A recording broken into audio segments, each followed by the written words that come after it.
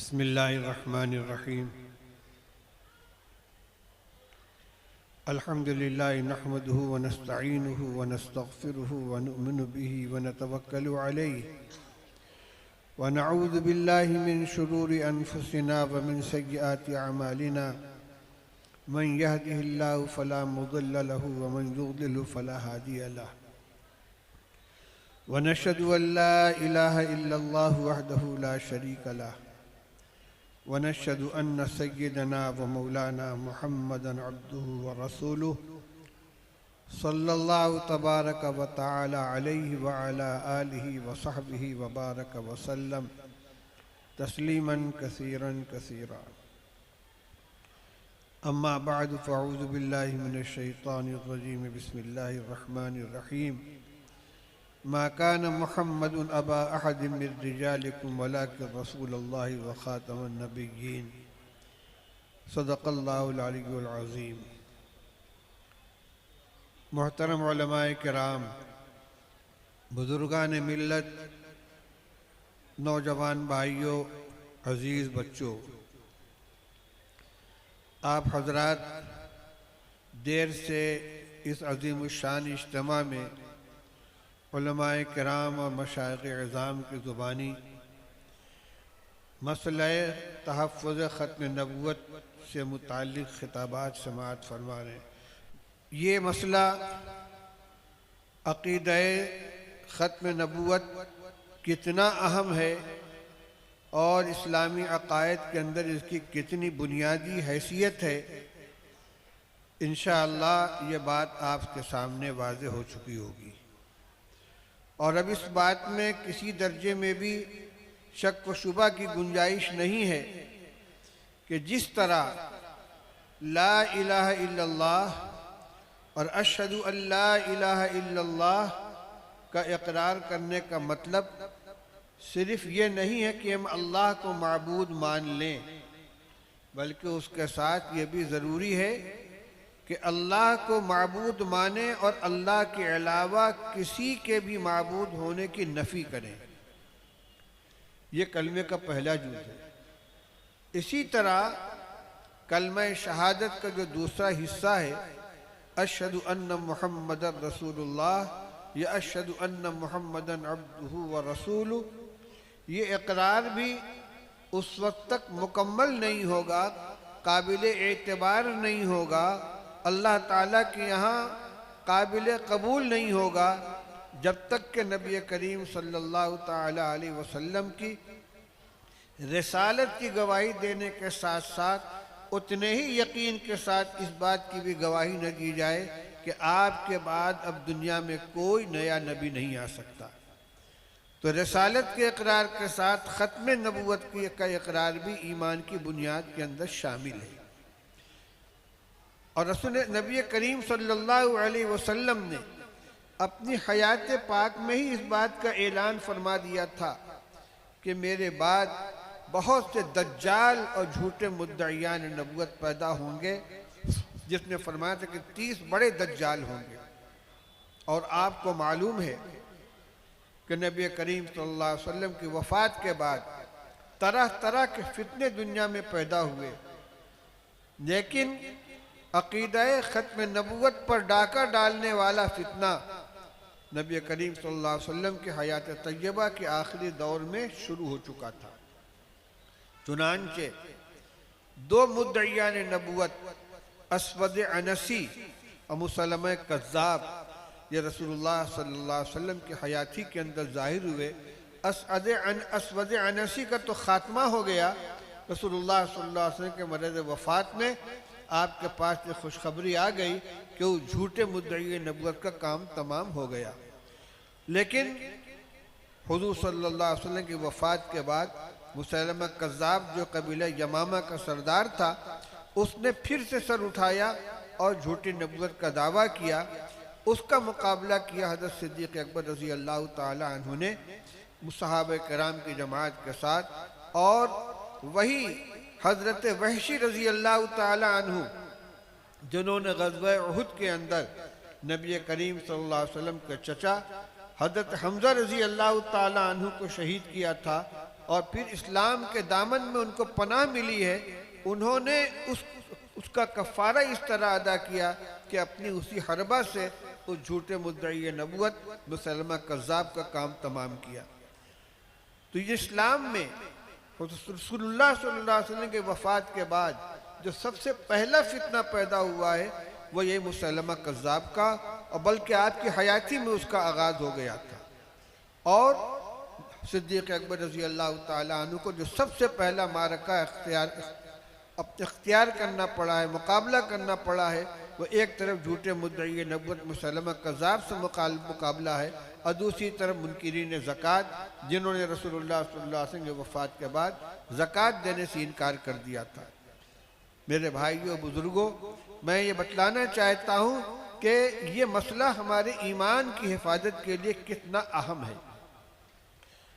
और अजीब व गरीब बात है, रसूलुल्लाह सल्लल्लाहु अलैहि वसल्लम की पेशीन गोई के मुताबिक हुज़ूर की वफ़ात के बाद से जो झूठे मुद्दईयान नबूवत और इसी तरह मुद्दईयान मसीहियत और मुद्दईयान महदवियत का जो सिलसिला शुरू हुआ है, तो वो कहीं रुकने का नाम नहीं लेता।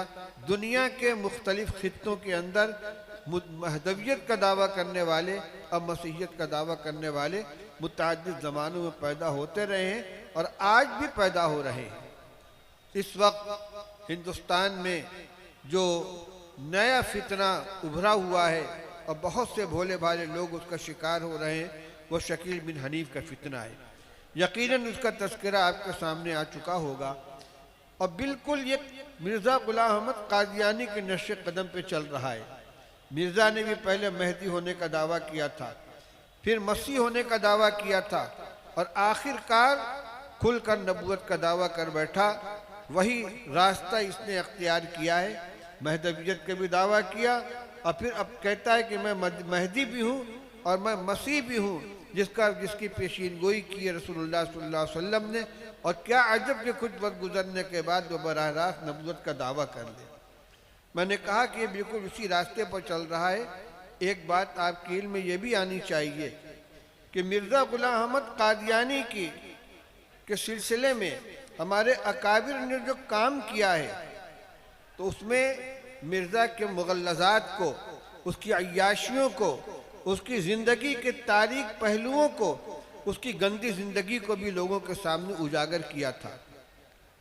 अब जब शकील बिन हनीफ की दामन में पनाह लेने वाले उसके मखसूस लोगों में बहुत से लोगों को अल्लाह ताला ने हिदायत से नवाजा है और वो लौट कर आए हैं और कलमा पढ़कर दोबारा मुसलमान हो गए हैं। उनमें से बाज़ अहबाब से मेरी भी मुलाकात हुई है। इन लोगों के मुतनफ़िर होने की बुनियाद ये बनी है कि उसने जो औरंगाबाद के अंदर अपना मुस्तक़र बना रखा है, जब ये लोग वहाँ उस बस्ती के अंदर जाकर मुकीम हुए हैं और करीब से उसको देखा है, तो पता चला कि गंदगियों का वो मरकज़ बना हुआ है, अय्याशियाँ हो रही हैं, गलाजतें फैली हुई हैं। जो आदमी अपने को मसीह कह रहा है और जो अपने आप को महदी कह रहा है, उसकी ज़िंदगी का जो खुफिया पहलू है जो लोगों की निगाहों में नहीं है, वह इंतहाई गंदा है, इंतहाई काबिल नफ़रत है। और उसी को देखकर ये लोग जो उसके दस्तराज थे, 10,000 रुपया माहाना उसकी खिदमत में नजराना पेश करने वाले, अब मुतनफ़िर होकर उसके पास से अलग होकर आए हैं और वो बाकायदा मुल्क के अंदर घूम घूम कर उन लोगों को राह रास्त पर लाने की कोशिश कर रहे हैं जो शकील बिन हनीफ के दामे तस्वीर में गिरफ्तार हो गए थे। इसी तरह गौहर शाही फितना जो इस वक्त जिसका मरकज़ यूरोप और ख़ास तौर से बरतानिया का मुल्क बना हुआ है, और रियाज गौहर शाही का जो कायम मकाम है इस वक्त में यूनुस गौहर शाही, वो मीडिया के ज़रिए और ऑनलाइन ज़िक्र की मजलिसें कराता है और उसमें वह अजीब व गरीब दावे करता है रियाज गौहर शाही के बारे में। नबूवत नहीं, उनके यहाँ तो कलमा है बाकायदा, ला इलाहा इल्ला रियाज, ला इलाहा इल्ला रियाज की बाकायदा ज़रब लगवाई जाती पूरी मजलिस के अंदर बैठकर, और कहते हैं हमारा माबूद, हमारा रब अल्लाह रियाज है, अल्लाह के माबूद होने की नफ़ी हो रही है। यानी खुदाई का दावा हो गया बराह रास्त। और रियाज को रब्बुल अरबाब कहते हैं वो, यानी अल्लाह ताला तो रब है और रियाज गौहर शाही को रब्बुल अरबाब कहा जाता है। इसके अलावा और भी बहुत से फितने हैं। सिद्दीक दीनदार का एक फितना है जो साउथ इंडिया में हैदराबाद वगैरह के इलाके में चल रहा है।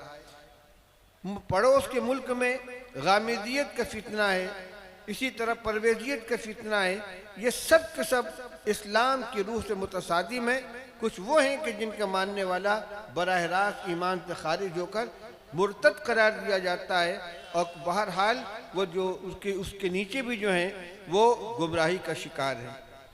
याद रखिए, सच एक होता है, झूठ की हजारों शक्लें होती हैं। इसी तरह हक एक होता है, अब बातिल की सैकड़ों शक्लें हुआ करती हैं। जो भी राह एतदाल से निकलेगा, सिरात मुस्तकीम से हटेगा, वो भटकेगा और किसी न किसी वादी के अंदर जाकर वो हलाक होगा। और इस वक्त में ज़रूरत इस बात की है कि हम जो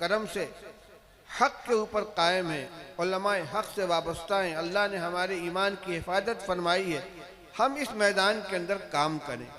आम लोगों की जिम्मेदारी है कि अपने घर का जायज़ा लें। मैं साफ लफ्ज़ों में कहना चाहता हूँ कि कोई बड़ा से बड़ा दीनदार घराना, चाहे वह अहल इल्म का हो, मशाइख का हो, मुत्तकी या परहेजगार लोगों का हो, दावत का काम करने वालों का घराना हो, कोई भी घराना महफूज नहीं है। दारुल उलूम देवबंद के शेखुल हदीस हजरत मौलाना नसीर अहमद खान साहब का सगा पोता शकीलियत का शिकार हो चुका है। अभी कल खबर लगी है कि बाज़ इलाकों में मुफ्ती साहिबान की घरवाली, उनकी बीवी, वो शकीलियत के शिकार हो गई है। कोई महफूज नहीं है। इसलिए हम ख्वाब, अपने गफलत के ख्वाब से निकलें। हर आदमी अपने घर की खबर ले, कौन घर में आता है, किससे राबता है, सोशल मीडिया के ज़रिए और घर में आने जाने वालों के ज़रिए, ख़वातीन के ज़रिए ये फितना फैलाया जा रहा है। जमात के अंदर काम करने वालों में भी ये घुस रहे हैं। स्कूल और कॉलेज के अंदर तालीम हासिल करने वाले तलबा से मुलाकातें कर रहे हैं। अभी आज मालूम हुआ है हमारे मुजाहिद भाई से कि बाज़ अहबाब, अभी नहीं वो शायद सज्जाद भाई बतला रहे थे कि एक नौजवान मस्जिद के अंदर मिला है, उससे जो बातचीत हुई तो पता चला कि कुछ शकीली उसके ऊपर मेहनत कर रहे थे और बाकायदा उसको शकील बिन हनीफ के पास बैअत होने के लिए ले जाना चाहते थे। वो इत्तेफाक से नहीं जा सका और उसने जब इस बात को खोल दिया तो एक बहुत बड़ी जमात गिरफ्त के अंदर आई जो इसी पर मेहनत करे। शायद कानपुर का ये मामला है। इसलिए हम चौकन्ना हो जाएं, अपने घरों का जायज़ा लें, आने जाने वालों को देखें। दूसरी बात ये कि वो वही अवाम इस फितने का शिकार होते हैं कि जिनको सही अकीदे का इल्म नहीं है। इसलिए उलमाए किराम खुतबा जुमा के बयानात में, मदरसों के सालाना जलसों में, दस्तारबंदी में और दीगर इस्लाही इज्तिमाआत के अंदर सिर्फ फ़ज़ाइल के बयान पर इक्तफ़ा न फरमाएँ, बल्कि अक़ीदे को अहमियत दें और ख़ास तौर से ईमान से मुतालिक जो अक़ीदे हैं और क़ुर्ब क़यामत की जो अलामतें रसूलुल्लाह सल्लल्लाहु अलैहि वसल्लम ने बयान फरमाई हैं, हज़रत ईसा अलैहिस्सलाम का नुज़ूल और हज़रत महदी का ज़ुहूर, दज्जाल का खुरूज, इससे मुताल्लिक़ जो रसूलुल्लाह सल्लल्लाहु अलैहि वसल्लम की पेशीन गोइयाँ हैं, अहादीस के अंदर सराहत के साथ मौजूद हैं। और अब बाकायदा इन मज़ामीन के सिलसिले में मुतअद्दिद किताबें शाया हो चुकी हैं। हमारे कदीम मशाइख की किताबें भी हैं, नए इस ज़माने में भी किताबें लिखी जा रही हैं। हमारे उलमा उन किताबों को हासिल करें, उनका मुताला करें, ताकि मालूमात से मुसल्ला होकर इन फितनों का मुकाबला कर सकें। जो नौजवान इससे मुतासिर हों वो अगर आपके पास पहुँचें और अपने इश्कालात को पेश करें तो आपके पास उनका जवाब देने के लिए माकूल मालूमात होनी चाहिए। इसलिए मेरी गुजारिश ये भी है कि उलमाए किराम अपने मुताला का दायरा वसी करें।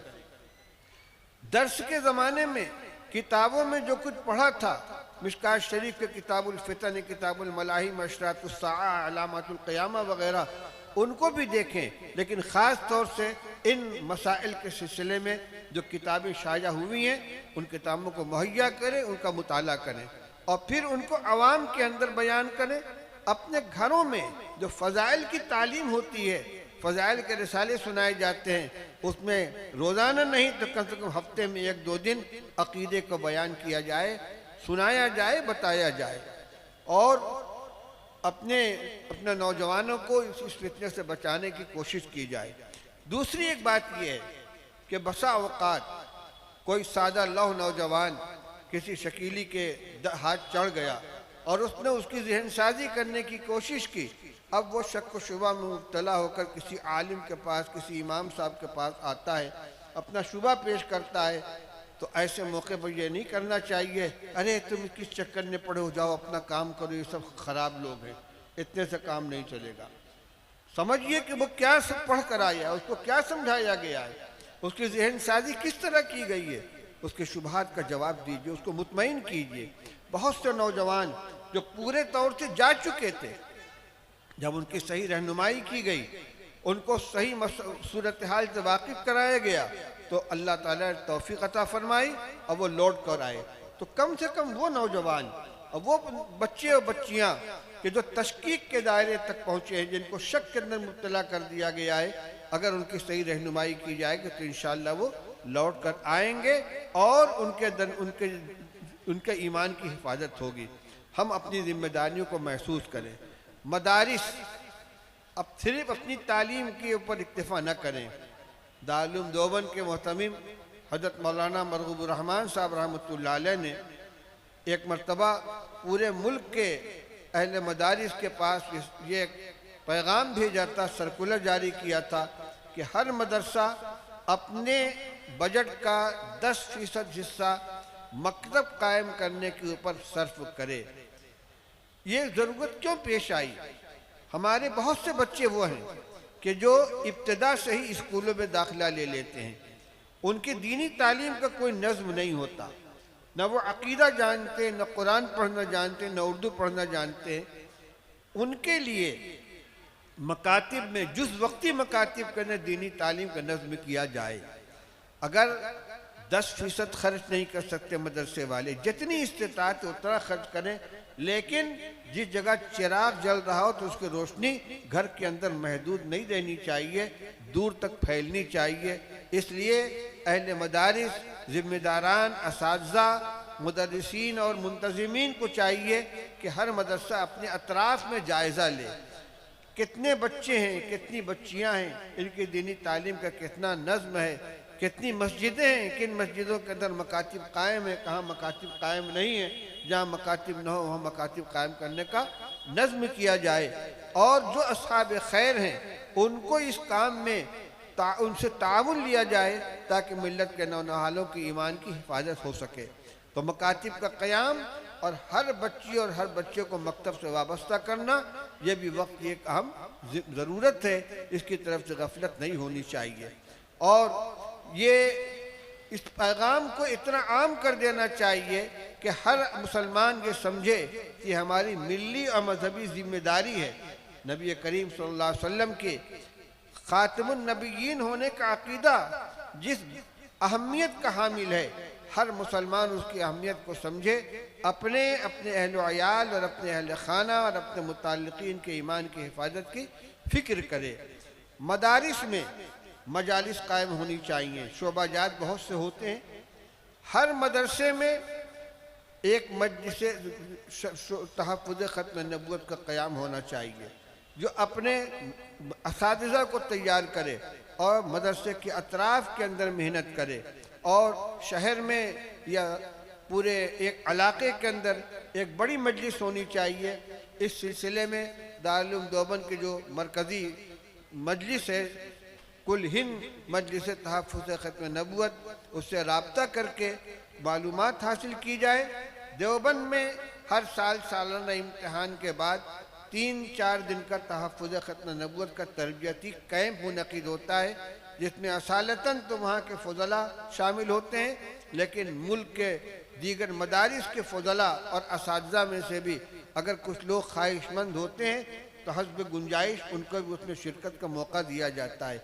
इसके अलावा पूरे साल ये सिलसिला दारुल उलूम में चलता रहता है कि मदरसे के ज़िम्मेदारान राब्ता कायम करें, इजाज़त हासिल करें और अपने असातिज़ा को मुंतखब करके हफ्ते भर के लिए, 3 दिन के लिए, 5 दिन के लिए दारूम भेजें, वो वहाँ क़याम करें और शोबे में आकर तरबियत हासिल करें। सिर्फ जज्बा शौक़ काफ़ी नहीं है, बल्कि उसका तरीक़ा भी मालूम होना चाहिए और उसकी मालूमात भी होनी चाहिए और उसकी तरबियत भी हासिल करनी चाहिए। गरज जब वबाई बीमारी फैलती है तो उसका मुकाबला करने के लिए उसी पैमाने पर इलाज किया जाता है, टीके लगाए जाते हैं, दवाएं छिड़की जाती हैं। आज ये फसाद अक़ीदा की वबा फैल रही है, मुख्तलिफ़ शक्लों के अंदर फैल रही है और इसके ज़िम्मेदार अहले ईमान हैं, उलमाए किराम हैं, अहले मदारिस हैं, अइम्मा हैं।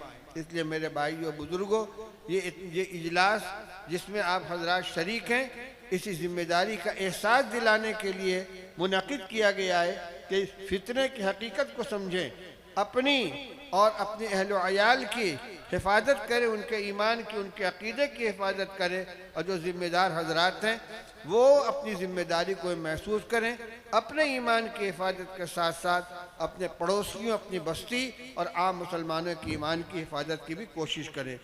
मैं इन्हीं मुख्तसर कलिमात के साथ अपनी बात ख़त्म करता हूँ, लेकिन आप हज़रात तशरीफ़ रखें, अभी कई उलमाए किराम के बयानात बाकी हैं, इंशाअल्लाह आप समाअत फरमाएँगे। अल्लाह करे ये आवाज़ दूर तक पहुँचे और लोग अपनी अपनी ज़िम्मेदारियों को महसूस करते हुए इस दीन के अहम काम का बेड़ा उठाएँ। व आखिर दावाना अल्हम्दुलिल्लाहि रब्बिल आलमीन।